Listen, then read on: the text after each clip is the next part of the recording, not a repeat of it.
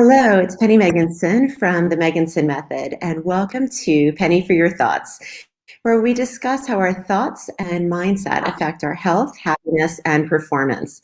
And so I'm joined today by Miranda Hall. We're going to be discussing conscious relationships. Miranda Hall is of the Science of Thriving, and she is a conscious relationship and life coach. And we're going to discuss the mirrors of relationships and how quantum science comes into play with finding love and making relationships work. So let's get started.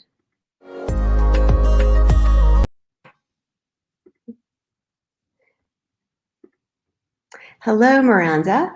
Welcome to the show. Thanks for joining us. Hi, thank you so much for having me. Miranda, how did you get involved in this sort of work? With quantum and intuitive work and relationships and coaching. What's your story? Yeah, well, my story started in about 2012. I was in a 7-year relationship and was really unhappy. I found myself really wishing that things would go back to the way it was when we first started dating, wishing that my partner would be different or would change back. And I really had no idea how to get to that place. And what I also understood is that all the decisions and choices I was making in my life were from what I already knew. And it was as if I was making the same decisions and choices over and over again and not getting the outcome that I wanted. So at that point in my life, I decided to look outside of my own box, and I quit my job, put all of my stuff in storage, and went traveling. I spent time backpacking through Central South America and Europe. I also lived for half a year in Guatemala, and I did a lot of my own personal work. I did silent meditation retreats, sweat lodges, shamanic drumming ceremonies, plant medicine ceremonies, and actually studied with the cacao shaman in Guatemala when I lived there, doing all of this inner work. At the same time, I stumbled across books on quantum physics and was fascinated. So while I was sort of doing my own inner work and learning spiritual principles and practices, I was looking at the science behind our experience. And it was as if it just all made sense for me, this overlap or overlay from these two different perspectives of our experience. And in that, it made sense. So I started using the principles and practices that I was learning through the indigenous teachings, as well as understanding the science behind it. And my travels brought me back to Toronto about 2 years ago. That's where I'm from, in Canada. And I dove right into it. I spent a year of really, really living this work, which I love, and I'm excited to share with you shortly. And the amazing part for me in my story was about a year ago, I got an email from a man who was my sweetheart at summer camp when we were 12. We lost touch for 30 years. We didn't live in the same area, and getting to know him in the last year, we're now partners, and we now live our relationship and our lives based on these theories, and are really dedicated to living this practice and to thriving in our own lives individually and as partners and in our relationship. So I'm excited to share some of that with you today. Yeah. Yeah, great. Yeah, go ahead. No, go ahead. So what's behind the science? What is the science behind finding love and happiness? I mean, we talk a lot about manifestation and that sort of. What can you sort of just jump in and explain some of the science behind that? Absolutely. Well, the theory that you begin with related to manifestation in your life is related to the fact that quantum science has proven that there are an unlimited number of parallel realities.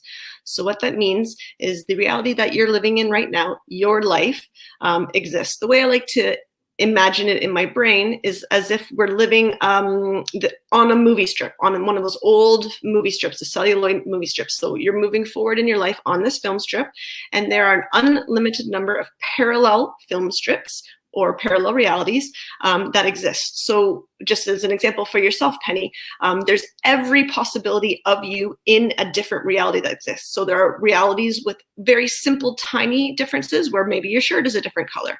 And there are ones where there are vast differences where you may be homeless, some maybe you're a president, some maybe you're a pianist. Every possibility of every choice that you could make in your life actually exists in a parallel reality. So in our lives, as we make choices, so say you're going to a job interview, am I going to take the job or am I not going to take a job? What you actually are doing is shifting, or some people call it quantum jumping, into one reality. If you choose the job, you go into the reality where you chose the job. If you do not choose the job, you shift into the reality where you don't choose the job. So it is life related to manifestation when we know the steps we want to take towards the direction we want to go. But what I believe that everybody in the world really wants is to be happy, is to experience love, whether that be romantic love or love for friends and family and other people. And sometimes we don't really know the exact steps to take towards that. If we're single and we want a romantic relationship, it's not like the universe says, oh, do these 5 things and then it will happen.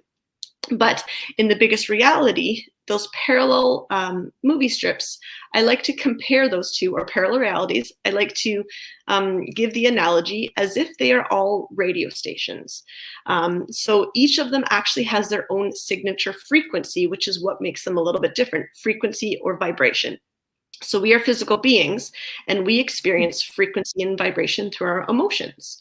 All of those emotions that are happy and love are either calm or uplifting. And then the emotions outside of that, which are more negative or more dense or heavy or compressive. So in the realities that you are looking to shift into, say finding happiness, finding a relationship, finding love, you feel a certain way in that reality. Now, if you have your radio, radio, and are trying to find a certain radio station, you have to turn the dial and tune the frequency to the frequency that you want to listen to. So in that way, it works the same way with us changing our realities, is that we have to get to the frequency, vibration, or emotion of the reality that we want to be in before we're there. We're tuning ourselves to align ourselves with the reality we want. So one of the practices that I like to get people to do is almost just close your eyes and feel in your body how you feel when you're happy, or how you feel when you're in love. And it's neat to actually start understanding those sensations in your body. Sometimes when I feel love, I explain it as little sparkles in every cell of my heart. Right? It's like a light up, or a warmth in my body. Sometimes it can feel challenging to create the feelings out of nothing. So sometimes even just connecting with the things that you do have in your life that make you happy, that bring you joy and love, whether it be enjoying going for a walk in nature or spending time with a pet, anything that can bring you into that sensation is helpful to help us remember how that works.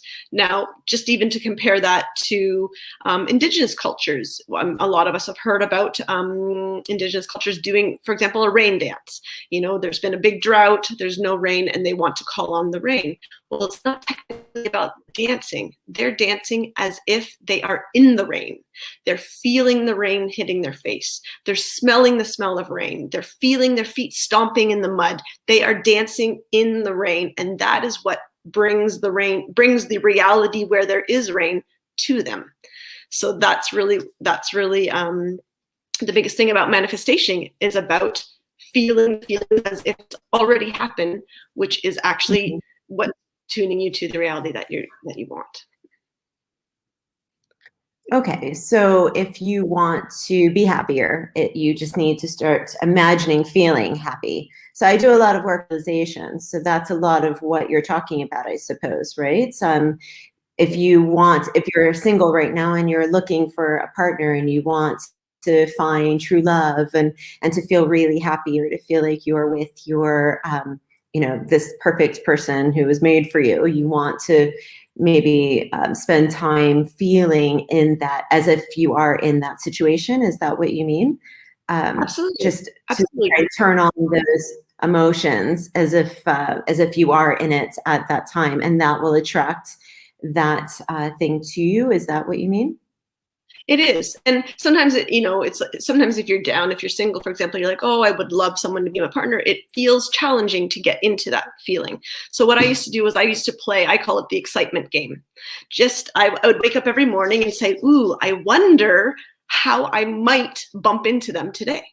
Like, am I going to meet them in the elevator on the way to work? Am I going to join a Zoom call, not related to finding a partner, but just, be attracted to someone in one of the windows? Because that can get you into the excitement, but not instead of saying, oh yeah, it's never going to happen. I'm always like, oh, I wonder how it's going to happen.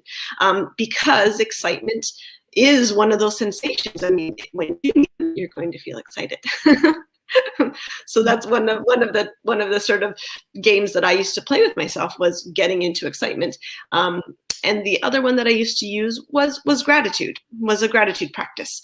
Again, because when you do find the partner, if you're single, that you're looking for, or, when you grow the love within the relationship you may already be in, you will feel gratitude for those experiences. So again, it doesn't have to be specific to relationship, but it's about finding gratitude for the things that you do have in your life, which gets you into that gratitude feeling. So finding happiness, finding what excites you, and finding gratitude. And similarly, back to the excitement, I played the excitement game specific to, I wonder where my partner is going to show up. But you can also, even excitement related to anything in your life, are vibrational indicators of a direction to go. So you may hear those stories where a lot of people say, I was looking for a partner forever and ever. It wasn't happening. I gave up and I just started living my life and doing the things that I really like to do. And then I joined a new what have you, and I went over there and bam, it happened. That's why, because those people were getting into their heart and living their lives and having so much fun. They were tuning themselves and trying. Okay. I totally get that. Yeah. What about these mirrors of relationships? Can you tell me about that? Absolutely. Well, the really neat thing is the mirrors of relationships apply to all relationships, and are the strongest in romantic relationships, in business relationships, and family relationships, because those are the relationships that we have the most investment in. You have less of investment with the person at the gas station who pumps your gas for you, but it's still a relationship. So there are 7 mirrors, which are very expansive, and we can't go through all of them today. But basically what the mirrors of relationships do is they show us our beliefs out of alignment with our truest self. You will always get what you want if you are 100% in alignment related to your beliefs with what you want. It will show up because you are in that vibration of what you want. Same thing, being in the vibration. If you have a belief that is not in alignment with what you want, so if you want a relationship, but then you think relationships are hard work or relationships are hard to get, that's the belief that's going to be in the way for you to manifest a relationship. So if you're not getting what you want, then you're getting what you believe. And what was helpful in that scenario is you get what you need to see what you believe, to then to be able to shift it. Meaning, if you believe relationships are hard to get, then you'll have the experience that relationships are hard to get. But you have to sort of see that and understand that. Right. Now, once you're in a relationship, there are a few mirrors, and I like to talk about the first 2 because they're the ones that we tend to have the most of. And so in the mirrors, you get reflections of the good and the not so good. And where this principle about mirrors comes from actually is from the holographic principle taught in quantum science. I'm not sure if you're familiar with a hologram, but it's a 3-dimensional picture or image of a 2-dimensional structure. So I don't know if you remember those old bookmarks. When I was young, there was old bookmarks that had like unicorns on them, and they look 3-dimensional when you looked at it. Well, the function of a true hologram is that you actually cannot cut it into pieces. So if you have an image of a hologram and you cut it in half, you don't have the top half of the image and the bottom half of the image. You will have the whole image in each piece. So you can never cut a true hologram into any pieces. So what that supports is the theory that although we as humans have an experience of being separate from where we came from, all of the information within what's outside of us is also within what's inside of us. So in that way, what's outside of us functions as a mirror so we can see what's going on inside of us. Sometimes we can't see our own beliefs or our own programs. Mm-hmm. So that's the function of the mirror. Now, in the first 6 years of our lives, 6 to 7 years of our lives, our brain waves are actually at a level of a hypnagogic state, which means our brain waves are at the state of when a hypnotherapist takes you to that level where they can just implant beliefs. Like, I'm not a smoker. If someone's trying to quit smoking, and then they can come on, they actually don't smoke anymore. So in the first 6 years of our life, we actually are sponges. We absorb, all of the beliefs that are around us. We don't have the rational, conscious mind to question things. And then these beliefs stay with us the rest of our life until we become aware of them and then check in and say, hey, maybe that's not in alignment with who I really am at this moment. So in order to see these beliefs that are out of alignment with ourselves, they actually come up in the mirrors of relationships. And they come up when we are triggered by someone else or in an argument or a disagreement with someone else. So it can be as expansive as, anger, fights, that kind of thing. But it can even be small messages like, oh, I just got a jab in my stomach, or my heart feels heavy. Any of those sensations or emotional experiences that you would say are outside of the framework of love and happiness are actually showing you a belief that you saw outside of yourself that's out of alignment with your true self. So an example. What do you do with that information? Yeah, go ahead. Yeah, well, the example is the very first. What do you do with that? Yeah, it's a good question. So the first mirror is a direct mirror. Let's give you an example. I'm not going to say a partnership, but for example, let's say you're driving and all of the drivers are being terrible drivers. They're cutting you off, doing terrible things, and you're getting really frustrated and annoyed. Well, the question would be, am I cutting people off and being a terrible driver? Like that direct kind of mirror. You just have to ask yourself, wow, is that showing me exactly who I'm being? Because in that moment you just have to ask yourself, why am I being like this? Why am I being an aggressive driver, etc. The second mirror, because you can check in and say, no, I'm driving, calmly, I'm driving the speed limit. The second mirror is actually related to showing you judgments that you have. So if you have a judgment of people who drive aggressively and cut people off, you will make sure that you swing the other way of the spectrum. Related to the driving example, it is good to be a good driver, but it's more related to not wanting to be in the vibration of judgment, because that is a dense, heavy vibration. It keeps you out of the love, happiness, excitement, gratitude that we're trying to move toward. So it's just showing you a judgment. So if you're able to connect with that judgment, let the judgment go. At the same time, you don't necessarily have to agree with aggressive driving, but not have a judgment of it. So it's all about our internal vibration, our internal experience mirrored outside of ourselves. So in a relationship, so my example, when I first learned these principles, it was amazing. I had a partner of 3 years, and we always had a fight about the dishes. That was our fight. I wanted him to do the dishes. He didn't want to do the dishes. So that was okay. So we had this fight, and then I actually had to leave the house to work with one of my teachers. And we dove into this work. My teacher's like, what's going on? I said, oh, the dishes again. He's like, okay. So what you can do, he's like, close your eyes and go inside, and let's figure out what this is really about. What is this mirror being for you? So there are 3 very straightforward principles to follow. And the 3 principles are, number 1, it's not about them. So my teacher's like, so it's not about your partner. And it's like, okay, well, keep going. What's number 2? Number 2, it's not about what it's about. So it's not about the dishes. And number 3, it won't change until you or I go inside and change what it's bringing up for me. So I really had to sit and think about that. So I said, okay, what do I want to say to him? I want to say, you never do the dishes. Oh, it's not about him. I wanted to say, I feel like I have to do all the work. I feel like I'm doing all the cleaning. I feel like, can you just help me with this one thing? So if I feel like I have to do all the work, but I don't blame him, because then I ask myself, do I have a belief that I have to do all the work?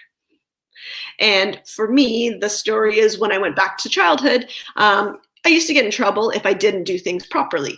And so I made sure I did everything properly so I didn't get in trouble. And I didn't want anybody else to help me because they might not do it properly and I might get in trouble. So I created this belief that I had to do it all in those moments so I didn't get in trouble. Now, as a grown up, nobody's going to get me in trouble if I do the dishes or not, but I kept the belief that I have to do all the work. Now, again, because it's a mirror, I then dated people who let me do all the work. Right? But that didn't resonate. So in those moments when I was with my teacher, closing my eyes, getting into my heart, and really understanding, as a grown up, as an adult, I don't have to do all the work. Finding gratitude for all the times in my life that I do have help. So I actually am not doing all the work. And being thankful for that mirror, for that message. And what was amazing for me at that time was I came home after that session, and for the first time in 3 years, the entire house was clean, including the dishes. Which I was like, okay, I'm gonna live by this work and share with everyone, because one of two things happens when you shift the belief inside of yourself. You no longer need the mirror outside of yourself. So one of the two things is either the mirror goes away. He did the dishes, and I didn't even have to ask him. The mirror was gone, or the mirror doesn't go away, but it doesn't bother you and you're not triggered by it anymore. So either way, you are happy. You're happy. And then at that point you can decide. So if he didn't end up doing the dishes, I wouldn't be triggered. And then I can make a decision. If he doesn't do the dishes, is it a deal breaker for our relationship? Maybe it is, maybe it's not, or maybe I just hire a maid and then we're done with it. There's lots of things. Those small things are deal breakers. Other big things may or may not be. Yeah, so I get the point that it's really not about the other person. And I think that's such a element, because I think a lot of times we're stuck in relationships where we're blaming the other person about all sorts of things. And, oh, if only they did this or that. And it's true. It's really like, what can you change? Or what is it about you? What belief is it that you need to shift? So I absolutely agree with that. So if you are somebody, because I get this a lot from a lot of my clients, if you find that you're always going for the same sorts of people and it's not what you want, what can you do about that? Or how can you figure out what that mirror is actually showing you? Because sometimes we can't see the things about ourselves, So what would a tip be for that? Yeah, and that's a great question. And that's exactly, so in related to the mirrors, the ones that repeat are the biggest ones that it's time to shift. So yes, dating the same type of person that isn't serving you, isn't working for you. And that's the question. You have to literally ask yourself, first of all, like, what is it about this person that's repeating? What is the same repeating? And I dated a lot of people where I did all of the work in the relationship or related to housekeeping. So you have to start with that to bring to your own awareness what is repeating in that relationship. Is it possibly they don't show me the love that I show them? And that's possibly I don't feel like they show me love. That could be an example. So then what do I see that's repeating? One. Then two, it's not about them. It's not about what it's about, and it won't change until I ask myself. Yeah. So you have to sort of sit with that so you can, and sometimes it helps to go through these sentences with someone, with a friend, you're venting, and then, and you just finding the statements or the sentences that you want to say over and over again. Because especially if it's arguments or if it's the same dating people, you're like, I keep doing this, or I keep, if you're having an argument with someone, it's almost as if you know exactly what I'm going to say and then what they're going to say and what I'm going to say, because it's the same fight over and over. It almost becomes this repeating script, right? So you need to look at those repeating scripts. What do I keep saying? What do I keep repeating? So if it's my partner, I don't feel loved by my partner. He doesn't show me love. That could be an example. I keep dating people who don't show me love. So then I say, okay, if it's not about him and it's not about what it's about, and then they turn it around to myself. Is it possible that I'm not showing me love, that I'm not loving myself in the way that I need? Because if I can't love myself in the way I need, the mirror is going to bring me the same example outside of myself. Right. And the last year that I spent single, I knew what I was asking the universe to manifest in a partner. And when he wasn't showing up, I kept asking myself, what do I need to be to bring what I'm looking for in the mirror? Do I need to be more of something that is not showing up yet? So I really, the beautiful thing is that it is always working on ourselves. The kind of example is if you're looking at a mirror and it's frowning, you can't wait until the frown turns into a smile. We have to work on ourselves, bring the smile here, and because of all these quantum theories, because it is a hologram, it's amazing. It will show up when you're in alignment. You always get what you want if your beliefs are in aligned with it. If you're not getting what you want, you have to look at your beliefs, and so in that way, you fully manifest everything. So if I'm manifesting what I don't want, I go, ha ha, okay, I have to look at myself. I laugh at myself and go inside and say, what am I showing myself that I need to change a belief? And sometimes people find it's a little bit challenging to change a belief. You're like, oh, I've had this my whole life. How do I shift and change it? And if you don't even know how to do that, just starting with sending love to the person who's having a difficult time changing it. Just loving that person. And even if you don't think about loving yourself, because sometimes that can feel a little foreign for some of us, but just sending love to the person. Sometimes we can even think back to when in childhood we maybe started developing those beliefs or the situations where they started, and even sending love to the little one of us, sending love to that little one and helping them have a different experience in that time. Yeah. No, that's great. So it's interesting that you say that from the period of 0 to 6 years is when we're sort of that hypnotic mindset where we believe everything that we see, everything that we're told. I do a lot of EFT tapping, and one of the things that we talk about is that all of our beliefs, or most of our beliefs, are formed by the age of 6. So most of us aren't even aware of beliefs that we have. And so that's very interesting that we are that sort of malleable, or, we do take in that much information up until that period of time in our lives.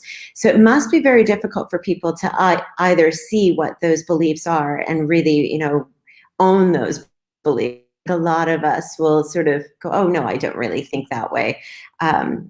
Especially when you're looking at a mirror and it's in your face and you're having to, accept it. I think a lot of people are stuck in that. How do I change it? Even if I do accept that, okay, maybe I believe this about myself and it's not what's going to bring me happiness. How do I change that? And it isn't enough. I used to talk a lot about positive mindset and just thinking positively, but it's deeper than that because it's all conscious. So it's, for the listeners that are wondering, how do I change these beliefs if I do have beliefs that aren't in alignment with what I want? What would your tip be? What advice would you give, Miranda?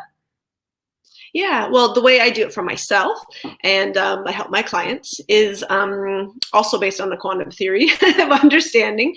Although we experience time, it technically isn't real, which it can feel a little bit difficult to comprehend because we do experience time. But the way I explain it is I like going back to that movie strip analogy, where the movie strips actually are a picture and then a picture and then a picture and then a picture along the movie strip. So it's my understanding that our experience is very similar to that, in that it's actually a frame and a frame and a frame in a row in our lives, but we are experiencing it as if we're watching the film strip. That's how we experience it. But we technically are quantum jumping forward in time along the same movie strip. And again, when you make a choice, you jump also to parallel strips. Now, why is that important? So if time isn't real, in some sense, we can technically access those images at the beginning of the strip, at the end of the strip. Just like the movie strip, you can fast forward and rewind. So what I actually do for myself and my clients is a guided visualization, closing your eyes and actually going back to the time when those beliefs began. Now, again, if you remember a specific incident or a specific moment, maybe some bullying at school, or you spilt the milk at home and got in trouble for it. If you remember that moment, you remember the moments where you think you created that belief, what you can do is in your mind, you as the adult can go back in your mind and meet the younger version of you in those experiences and hang out with them in that moment and tell them they're perfect, tell them they're loved, tell them they didn't do anything wrong. If it was spilt milk, it was just an accident, and the anger that, or the trouble that they got, was the parents' stuff that they're working on. And actually in those moments, help the younger you experience it differently, experience it through the eyes of the you who has conscious, rational experiences. Now, again, because time isn't real, if you can help the younger you, which is in the past, not develop that belief in that moment, the future of that younger you, which is now, it doesn't exist. And I have had a few huge shifts where I sat with the younger me in my mind, spent a lot of time with her, gave her lots of hugs, gave her the love that she needed and support in the moments. And then when it came to the current time, when the scenario related to that belief presented itself, I almost observed myself behaving differently. The belief wasn't there. It's amazing. And the universe will give you chances. It will repeat the scenario in your current time for you to practice the new way of being, which is really beautiful. Yeah. So that's how I do it. Yeah. That's really great. I do something similar called matrix reimprinting, and it's fascinating that you can go in and relive an experience and change the way it happened, or speak to another person in a way that you weren't able to when you were younger, and say the things that you needed to say and that sort of thing. So I think that's very powerful. What other tips do you have for our listeners, Miranda? Well, those are the biggest things. I mean, we talked about a lot today. The biggest things that, I make sure I try to have a practice every morning about, even if I don't know what I'm manifesting in the future, thinking of the things that bring me happiness, that I can feel love in. And even if I'm there for time, I always try to sit in gratitude, just being thankful for the things that I do have in my life, thankful for the help and the things that are coming that I don't even know or understand. Just making sure to tune yourself to that vibration is what's going to bring what you're looking for, and or more amazing things. We have no idea. Yeah, great. Miranda, thank you so much for your time. And if anyone wants to get in touch with you, what's the best way for them to do so? Yeah, follow me on social media at Miranda Hall, Brooke with an E. That's where I am. I do have a group program coming up that I'm launching in the fall called The Relationship Formula, where I go through all of this. I will go through all the mirrors and walk people through the tools and techniques to do the shifting. So if anybody's interested, you can find all of that out on my social media. Great. Thank you so much, Miranda. Till next Thank you. time.